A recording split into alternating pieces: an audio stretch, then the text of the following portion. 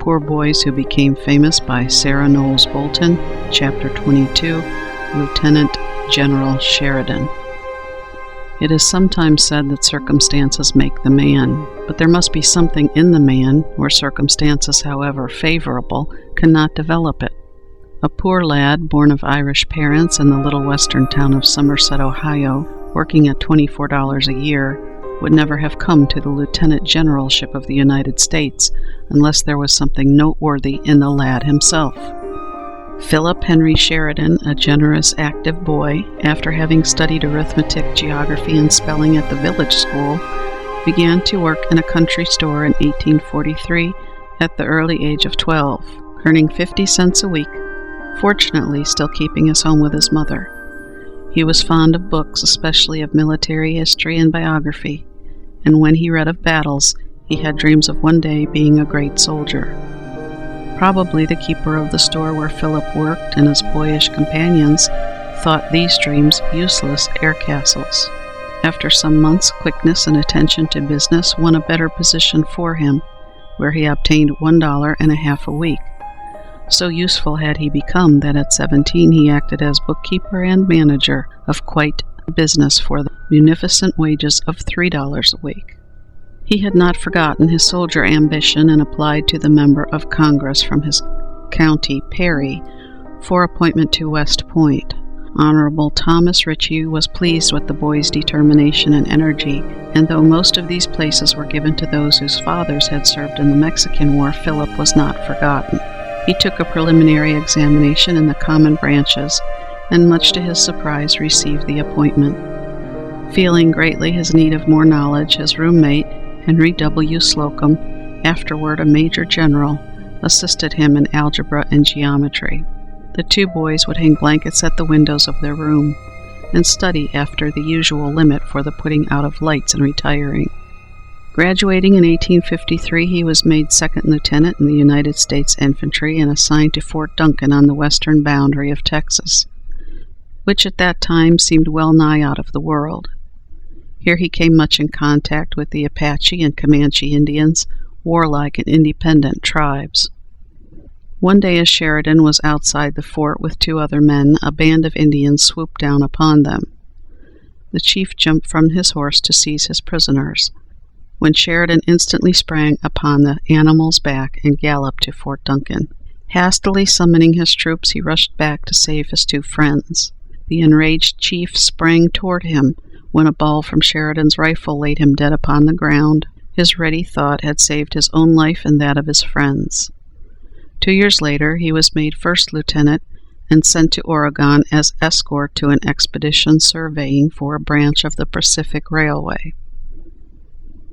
The region was wild and almost unknown, yet beautiful and full of interest. This life must have seemed inspiring compared with the quiet of the Somerset store.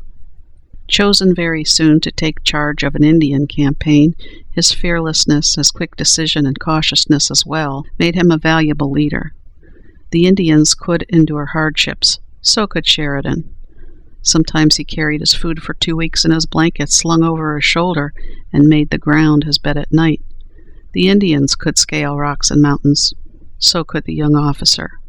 A severe encounter took place at the Cascades on the Columbia River, April 28, 1856, where by getting in the rear of the Indians, he completely vanquished them. For this strategy, he was especially commended by Lieutenant General Scott. However, he won the confidence of the Indian tribes for probity and honest in his dealings with them. When the Civil War began, he was eager to help the cause of the Union, and in 1861 was made captain and chief quartermaster in southwestern Missouri on the staff of Major General Curtis. He was quiet and unassuming, accurate in business matters, and thoroughly courteous. Perhaps now that he had learned more of Army life by 9.5 years of service, he was less sanguine of high renown than in his boyish days, for he told a friend that he was the 64th captain on the list, and with the chances of war, thought he might soon be major. It required executive ability to provide for the subsistence of a great army, but Sheridan organized his depots of supplies and transportation trains with economy and wisdom. for the brave men who fought under Sigel. With a high sense of honor, Sheridan objected to the taking of any private property from the enemy for self-aggrandizement, as was the case with some officers, and asked to be relieved from his present position. Fortunately, he was appointed on the staff of General Halleck in Tennessee, a man who soon learned the faithfulness and ability of his captain. And when the governor of Michigan asked for a good colonel for the 2nd Michigan Cavalry, Sheridan was chosen. After sharing in several engagements around Corinth, he was attacked July 1, 1862 at Boonville by a force of 9 regiments, numbering nearly 5,000 men. He had but 2 regiments. What could he do? Selecting 90 of his best men armed with guns and sabers, he sent them 4 miles around a curve to attack the enemy's rear, and promised to attack at the same time in front. When the moment came, he rushed upon the foe as though he had an immense army at his back, while the handful of men in the rear charged with drawn sabers. The Confederates were thrown into confusion and, panic-stricken, rushed from the field, leaving guns, knapsacks, and coats behind them. Sheridan chased them for 20 miles. The deed of valor won the admiration of General Grant, who commended him to the War Department for promotion. He was at once made brigadier general. Perhaps the boyish dreams of becoming a great soldier would not turn out to be air castles after all. Men love to fight under a man who knows what to do in an emergency, and Sheridan's men, who called him Little Phil, had the greatest faith in him. In the fall, he was needed to defend Louisville against General Bragg. This Confederate officer had been told that he would find recruits and supplies in abundance if he would come to Kentucky. He came, therefore, bringing arms for 20,000 men, but was greatly disappointed to find that not half that number were willing to cast in their lot with the secessionists. General Buell of the Union Army received, on the contrary, over 20,000 new soldiers here. Bragg prepared to leave the state, sending his provision train ahead, and made a stand at Perryville, Kentucky. Here Sheridan played a distinguished part, holding the key of the Union position and resisting the onsets of the enemy again and again, with great bravery and skill, driving them at last from the open ground in front by a bayonet charge. The loss in Sheridan's division in killed and wounded was over 400. But his generalship had saved the army from defeat. Bragg determined now to make one great effort to hold Tennessee, and December 31, 1862, gave battle at Stone River near Murfreesboro. General Rosecrans has succeeded Buell as commander of the Army of the Cumberland. Being a Romanist, High Mass was celebrated in his tent just before the battlefield, the officers booted and spurred standing outside with heads uncovered. The conflict began on the right wing, the enemy advancing 6 lines deep. Our troops were mowed down as by a scythe. Sheridan sustained 4 attacks of the enemy and 4 times repulsed them, swinging his hat or his sword as he rode among his men, and changing his front under fire. Till, his ammunition exhausted, he brought out his shattered forces in close column with colors flying. Pointing sadly to them, he said to Rosecrans, "Here is all that are left, General. My loss is 1,796, my 3 brigade commanders killed, and 69 other officers, and all 72 officers killed and wounded." The men said proudly, "We came out of the battle with compact ranks and empty cartridge boxes." Even after this, Sheridan recaptured 2 pieces of artillery and routed the same men who had driven him. For noble conduct on the field, he was made Major General of Volunteers. General Rosecrans showed himself dauntless in courage. When a shell took off the head of his faithful staff officer Goresh, riding by his side, to whom he was most tenderly attached, he only said, "I am very sorry, we cannot help it. This battle must be won." Dashing up to a regiment lying on the ground waiting to be called into action, he said, while shot and shell were whizzing furiously around him, "Men, do you wish to know how to be safe? Shoot low. But do you wish to know how to be safest of all? Give them a blizzard, and then charge with cold steel. Forward, men, and show what you are made of." After the day's bloody battle, the troops lay all night on the cold ground where they had fought. When, says the heroic General Rousseau, I saw them parch corn over a few little coals into which they were permitted to blow a spark of life, when they carved steak from the loins of a horse which had been killed in battle, and ate, not simply without murmuring, but made merry over their distress, tears involuntarily rolled from my eyes. At midnight it rained upon the soldiers, and the fields became masses of mud. Yet before daylight they stood at their guns. On the third day, says Rosecrans, the firing was terrific and the havoc terrible. The enemy retreated more rapidly than they had advanced. In 40 minutes they lost 2,000 men. All that night the Federals worked to entrench the front of the army. Saturday hundreds of wounded lay in the mud and rain, as the enemy had destroyed so many of our hospital tents. On Sunday morning it was found that the Confederates had departed, leaving 2,500 of their wounded in Murfreesboro for us to take care of. Burial parties were now sent out to inter the dead. The Union loss in killed and wounded was 8,778. The enemy's loss 10,125. Sheridan's next heavy fighting was at Chickamauga. The battle was begun by Bragg on September 19, 1863. The right of our army had been broken to pieces, but General Thomas, the idol of his men, stood on the left like a rock, Sheridan assisting, and refused to be driven from the field. General Henry M. Sist, in his Army of the Cumberland, says, "There is nothing finer in history than Thomas at Chickamauga." Sheridan lost over one-third of his 4,000 men and 96 officers. The Federal loss was over 16,000, the Confederate over 20,000. There were heroic deeds on this, as on every battlefield. When a division of the Reserve Corps, brave men they were too, wavered under the storm of lead, General James B. Steedman rode up, and taking the flag from the color-bearer, cried out, "Go back, boys, go back, but the flag can't go with you," and dashed into the fight. The men rallied, closed their column, and fought bravely to the death. Even the drummer boy, Johnny Clem from Newark, Ohio, 10 years old, near the close of the battle, when one of Longstreet's colonels rode up, and with an oath demanded him to surrender, sent a bullet through the officer's heart. Rosecrans made him a sergeant, and the daughter of Secretary Chase gave him a silver medal. 2 months later, the Battle of Chattanooga redeemed the defeat of Chickamauga.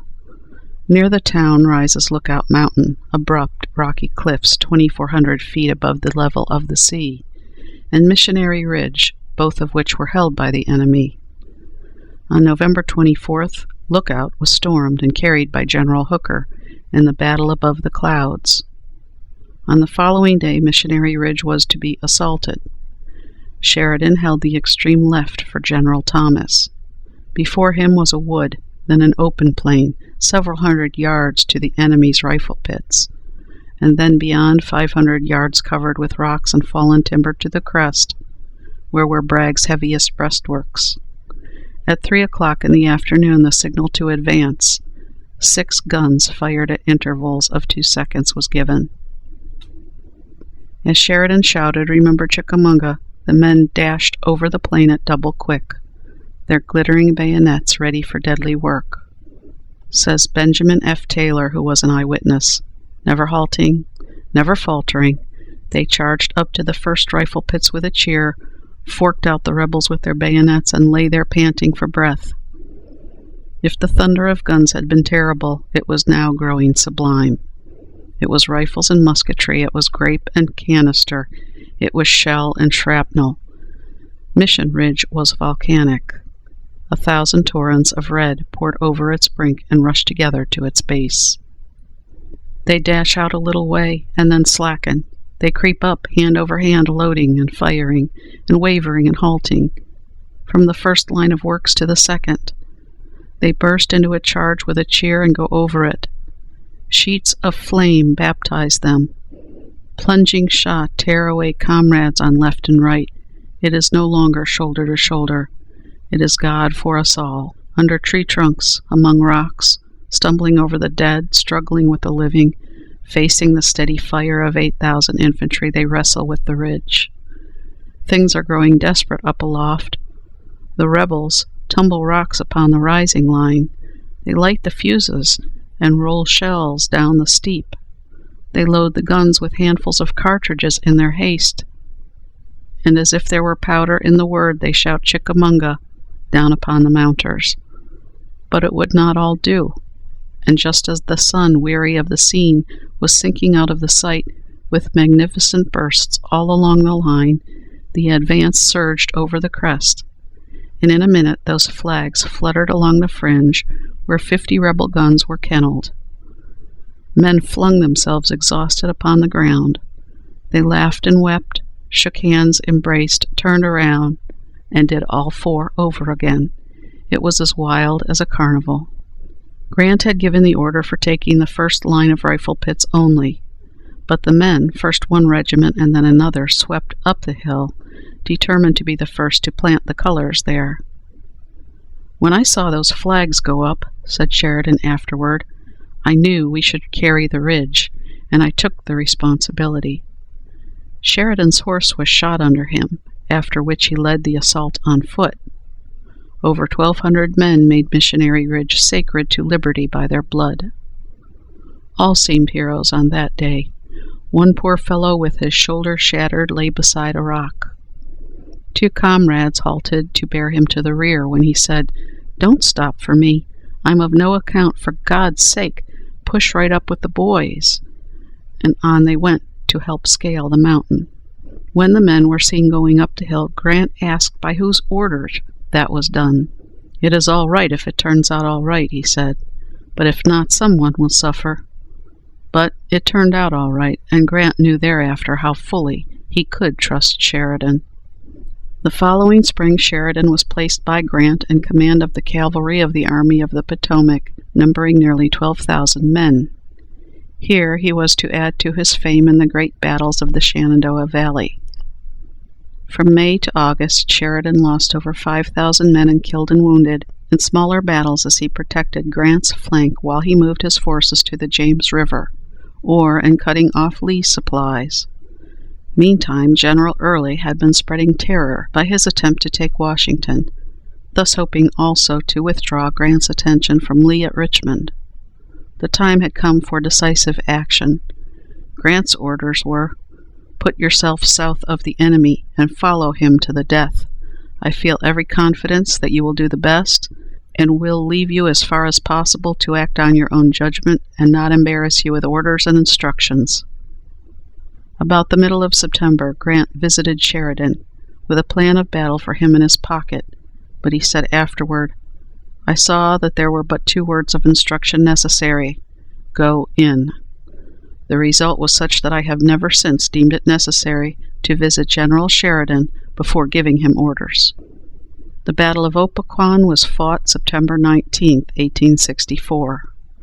Early being completely routed and losing about 4,000 men, 5 pieces of artillery, and 9 army flags with an equal loss of men by the Federals. The fight was a bitter one from morning till evening.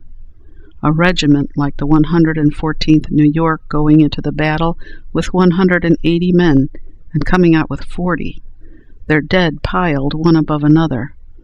Sheridan at first stood a little to the rear so that he might calmly direct the battle, but at last, swinging his sword and exclaiming, "I can't stand this," he rode into the conflict. The next day he telegraphed to Edwin M. Stanton, Secretary of War, "We have just sent them whirling through Winchester, and we are after them tomorrow. This army behaved splendidly." This battle quickened the hope and courage of the North, who begun to see the end of the devastating war. "Whirling through Winchester" was reported all over the land. Abraham Lincoln telegraphed, "Have just heard of your great victory. God bless you all, officers and men. Strongly inclined to come up and see you." Grant ordered each of his 2 Richmond armies to fire a salute of 100 guns. The next day Sheridan passed on after Early and gave battle at Fisher's Hill, the Confederates losing 16 guns and 1,100 prisoners, besides killed and wounded. Many of these belonged to Stonewall Jackson's corps and were the flower of the Southern army. "Keep on," said Grant, and your good work will cause the fall of Richmond. Secretary Stanton ordered 100 guns to be fired by various generals, 1,500 guns in all, for Fisher's Hill.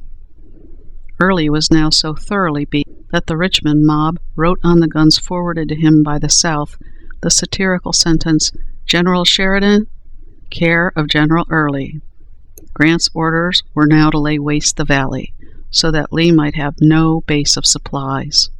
Over 2,000 barns filled with grain, over 70 mills besides bridges and railroads were burned, and 7,000 cattle and sheep appropriated by the Union Army. Such destruction seemed pitiful, but if the war was thereby shortened, as it doubtless was, then the saving of bloodshed was a blessing. October 15th, Sheridan was summoned to Washington for consultation. Early, learning his absence, and having been reinforced by 12,000 troops, decided at once to give battle at Cedar Creek. His army marched at midnight, canteens being left in camp lest they make a noise. At daybreak, October 19th, with the well-known rebel yell, the enemy rushed upon the sleeping camps of the Union Army. Nearly 1,000 of our men were taken prisoners and 18 guns. A panic ensued, and in utter confusion, though there was some brave fighting, our troops fell back to the rear. Sheridan, on his way from Washington, had slept at Winchester that night 20 miles away. At 9 o'clock he rode out of the town on his splendid black horse, unconscious of danger to his army. Soon the sound of battle was heard, and not a mile away he met the fugitives. He at once ordered some troops to stop the stragglers, and rushed on to the front as swiftly as his foaming steed could carry him, swinging his hat and shouting, "Face the other way, boys! Face the other way! If I had been here, boys, this never should have happened." Meeting a colonel who said, "The army is whipped," he replied, "You are, but the army isn't." Rude breastworks of stones, rocks, and trees were thrown up. Then came desperate fighting and the triumphant charge. The first line was carried, and then the second, Sheridan leading a brigade in person. Early's army was thoroughly routed. The captured guns were all retaken, besides 24 pieces of artillery and 1,600 prisoners. Early reported 1,800 killed and wounded. Again, the whole North rejoiced over this victory. Sheridan was made a major general in the regular army. For the personal gallantry, military skill, and just confidence in the courage and gallantry of your troops displayed by you on the 19th day of October at Cedar Run, said Lincoln, whereby under the blessing of Providence your routed army was reorganized, a great national disaster averted, and a brilliant victory achieved over the rebels for the third time in pitched battle within 30 days. General Grant wrote from City Point, "Turning what bid fair to be a disaster into a glorious victory, stamped Sheridan what I always thought him, one of the ablest of generals." Well wrote Thomas Buchanan Reed in that immortal poem, Sheridan's Ride. Hurrah, hurrah for Sheridan, hurrah, hurrah for horse and man, and when their statues are placed on high under the dome of the Union sky, the American soldier's temple of fame, there with the glorious general's name. Be it said in letters both bold and bright, here is the steed that saved the day by carrying Sheridan into the fight from Winchester 20 miles away. The noble animal died in Chicago, October 1878. In 11 weeks, says General Adam Beddoe, Sheridan had taken 13,000 prisoners, 49 battle flags, and 60 guns, besides recapturing 18 cannon at Cedar Creek. He must besides have killed and wounded at least 9,000 men, so that he destroyed for the enemy 22,000 soldiers. And now the only work remaining was to join Grant at Richmond in his capture of Lee. He had passed the winter near Winchester, and now, having crossed the James River April 1st, 1865, was attacked by General Pickett at Five Forks. After a severe engagement, about 5,000 prisoners were taken by Sheridan, with 13 colors and 6 guns. His magnetic influence over his men is shown by an incident narrated by General Beddoe. At the Battle of Five Forks, a soldier wounded under his eyes stumbled and was falling to the rear, but Sheridan cried, "Never mind, my man, there's no harm done." And the soldier went on with a bullet in his brain till he dropped dead on the field. From here he pushed on to Appomattox Courthouse, where he headed Lee's army, and waited for Grant to come up. Richmond had surrendered to Grant on the morning of April 3rd. On the 7th of April, Grant wrote to Lee, "The result of the last week must convince you of the hopelessness of further resistance on the part of the Army of Northern Virginia in this struggle. I feel that it is so, and regard it as my duty to shift from myself the responsibility of any further effusion of blood by asking you to surrender that portion of the Confederate States Army known as the Army of Northern Virginia." Lee replied, "Though not entertaining the opinion you express on the hopelessness of further resistance on the part of the Army of Northern Virginia, I reciprocate your desire to avoid useless effusion of blood, and therefore, before considering your proposition, ask the terms you will offer on condition of its surrender." The reply was the only one that could be given.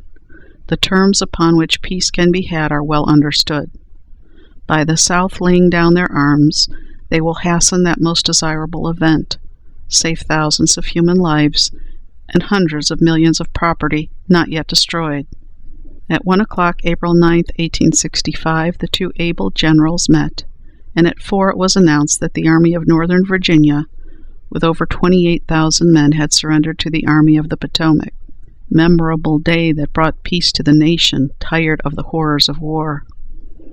In July, Sheridan assumed command of the Military Division of the Gulf. 10 years later, June 3rd, 1875, when he was 44 years old, he married Miss Eileen Rucker, the daughter of General D.H. Rucker, for years his friend. She is a fine linguist and a charming woman. Their home in Chicago has many souvenirs of war times and tokens of appreciation from those who realize General Sheridan's great services to this country.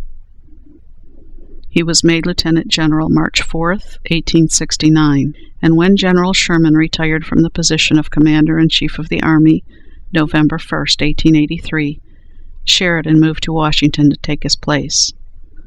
The office of Lieutenant General expires with General Sheridan, he being the last of our three great and famous generals, Grant, Sherman, and Sheridan. In this latter city he has a home purchased by 31 of his leading friends from Chicago. He is devoted to his wife and children, honest, upright, and manly, and deserves the honors he has won. General Sheridan was taken ill of heart disease about the middle of May, 1888. After 3 months, he died at Nonquit, Massachusetts, near the ocean, at 20 minutes past 10 on the evening of August 5, 1888. He left a wife and 4 children, a girl of 8, a boy of 6, and twin daughters of 4. After lying in state at Washington, he was buried with military honors at Arlington Heights on Saturday, August 11th, in the midst of universal sorrow. End of chapter 22.